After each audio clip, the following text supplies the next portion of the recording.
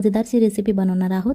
ही recipe करायला खूप सोपी आहे, झटपट होणारी आहे आणि आपल्या घरात जे साहित्य अवेलेबल आहे त्यातून आज आपण ही रेसिपी बनवणार आहोत। सगळ्यात पहिल्यांदा आपल्याला इथे एक मिक्सरचा जार घ्यायचा आहे। त्याच्यानंतर हे मी 2 मोठे कांदे चिरून घेतले होते, ते आता या मिक्सरच्या जारमध्ये घालायचे। त्याच्यानंतर इथे मी फक्त अर्धा टोमॅटो घेतलेला आहे।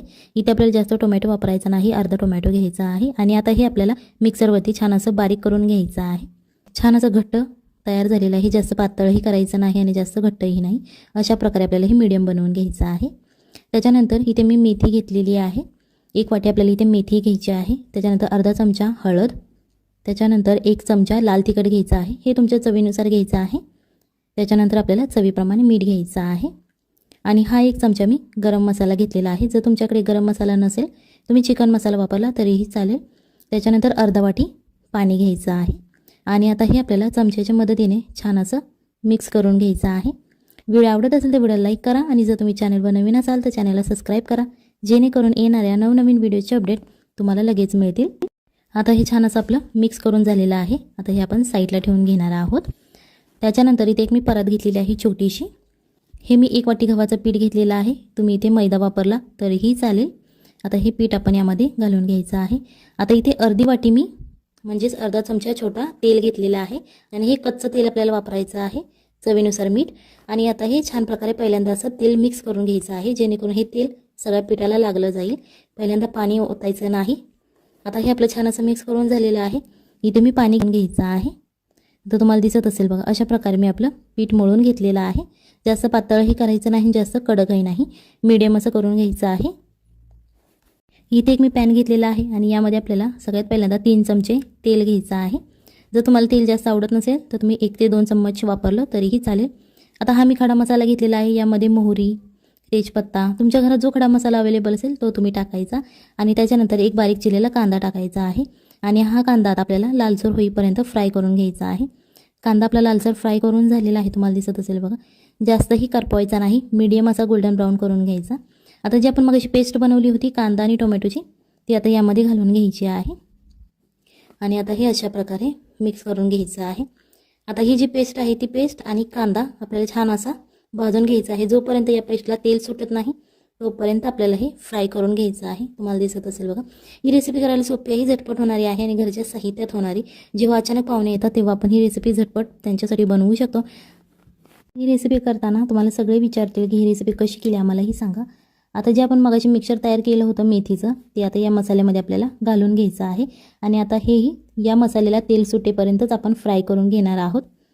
छान असं फ्राय करायचं आहे, जेणेकरून यामधलं जे पाण्याचं प्रमाण आहे ते निघून जाईल, जेणेकरून आपला मसाला एकदम कोरडा होईल। आता यामध्ये आपल्याला 1 ग्लास पाणी ओतायचं आहे आणि ही आता आपल्याला पहिल्यांदा याची उकळी काढून घ्यायची आहे। सगळ्यात पहिल्यांदा हे मिक्स करायचं आहे पाणी आणि याची आपल्याला उकळी काढून घ्यायची आहे। अशा प्रकारे तुम्हाला दिसत असेल बघा, उकळायला लागलेलं आहे। आता हे जे आपण मगाशी पीठ मळून ठेवलं होतं त्याचे आता आपल्याला असे छोटे छोटे गोळे करून घ्यायचे आहेत। हे तुम्ही तुमच्या साईजनुसार करू शकता, तुम्हाला बारीक हवे असेल तर बारीक करू शकता। अशा प्रकारे मी याचे 3 गोळे करून घेतलेले आहेत। आता जे आपण मगाशी उकळायला ठेवलं होतं, आता त्याला छान अशी उकळी आलेली आहे। इथे मी 1 जाडसर कापलेली शिमला मिरची आणि 2 बारीक चिरलेले बटाटे घेतलेले आहेत, तुम्ही याच्यापेक्षा जाडसुद्धा चिरू शकता। आता याची पहिल्यांदा आपल्याला एक उकळी काढून घ्यायची आहे। इथे एक मी चाळण घेतलेली आहे, तुम्हाला दिसत असेल ही आपली वडी उकडण्याची चाळण आहे स्टीलची। आता हे तेल घ्यायचं आहे आपल्याला हातावरती आणि अशा प्रकारे याला लावून घ्यायचं आहे चाळणीनं, तुम्हाला जेणेकरून ते सगळीकडून ग्रीस होईल तेलाने। आता जो आपण मगाशी गोळा तयार केला होता तो गोळा याच्यावरती घ्यायचा आहे आणि असं चाळण फिरवत फिरत आपल्याला हा लाटून घ्यायचा आहे आणि हे लाटताना अजिबात उचलायचं नाही, अशा प्रकारे हे तुम्ही फिरवून फिरवून लाटून घ्यायचं। यामध्ये आता आपल्याला मेथीची पानं घ्यायची आहेत, ती आणि अशा प्रकारे यामध्ये ठेवायची आहे, जेणेकरून पूर्ण ही एक जी आपली लातिंबी आहे त्याच्यावरती ती सगळी बसली जातील पानं। आणि अशा प्रकारे आता त्याचा एक गोळा करून घ्यायचा आहे, तुम्हाला दिसत असेल। सगळ्यात पहिल्यांदा त्याचा असा एक छोटा मोदक बनवून घ्यायचा आणि त्याच्यानंतर अशा प्रकारे त्याचा एक चपटा पॅटीसारखा एक गोळा तयार करून घ्यायचा आहे आपल्याला, तुम्हाला दिसत असेल बघा, छान असं हातावरती तुम्ही करू शकता। आता हे आपल्याला लाटून घ्यायचं आहे आणि परत आपल्याला हे बिना उचलता लाटायचं आहे, त्याच्यामुळे तुम्हाला ही चाळण फिरवावी लागेल। फिरवत फिरवत आपल्याला ही लाटून घ्यायची आहे, अशी मीडियम साईजची आपल्याला ही लातिंबी लाटून घ्यायची आहे, तुम्हाला दिसत असेल बघा अशा। आणि आता ही सगळ्या बाजूने अशी सुट्टी करायची आहे, काढून घ्यायची आहे। अशा प्रकारे आपल्याला ही एका गोळ्याची लातिंबी लाटून झालेली आहे। आता जे बाकीचे आपले गोळे आहेत ते सुद्धा आपण अशाच प्रकारे लाटून घेणार आहोत।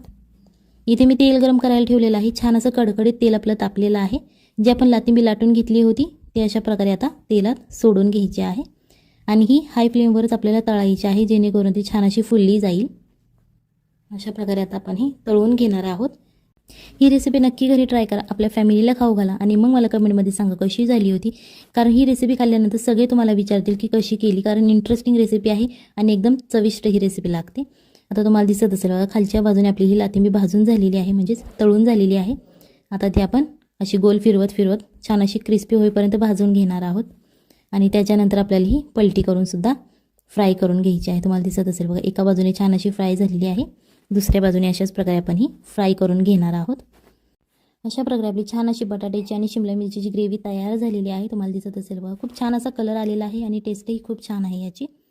आता हे आपण सर्व करून घेतलेलं आहे. अशा प्रकारचे तुम्ही पुरी आणि भाजी बनवू शकता. एकदम अस्सल हॉटेलची चव असणारी आणि एक अनोखी पुरी आहे, ज्याच्या खाण्याची चव लागते. ही रेसिपी नक्की घरी ट्राय करा. तुम्हाला दिसत असेल बघा, एकदम क्रिस्पी अशी पुरी तयार झालेली आहे आणि ही पुरी तोडल्यानंतर त्याच्या आतमध्ये मेथी सापडते. चला तर मग भेटूयात पुढच्या रेसिपीमध्ये. तोपर्यंत बाय बाय, टाटा.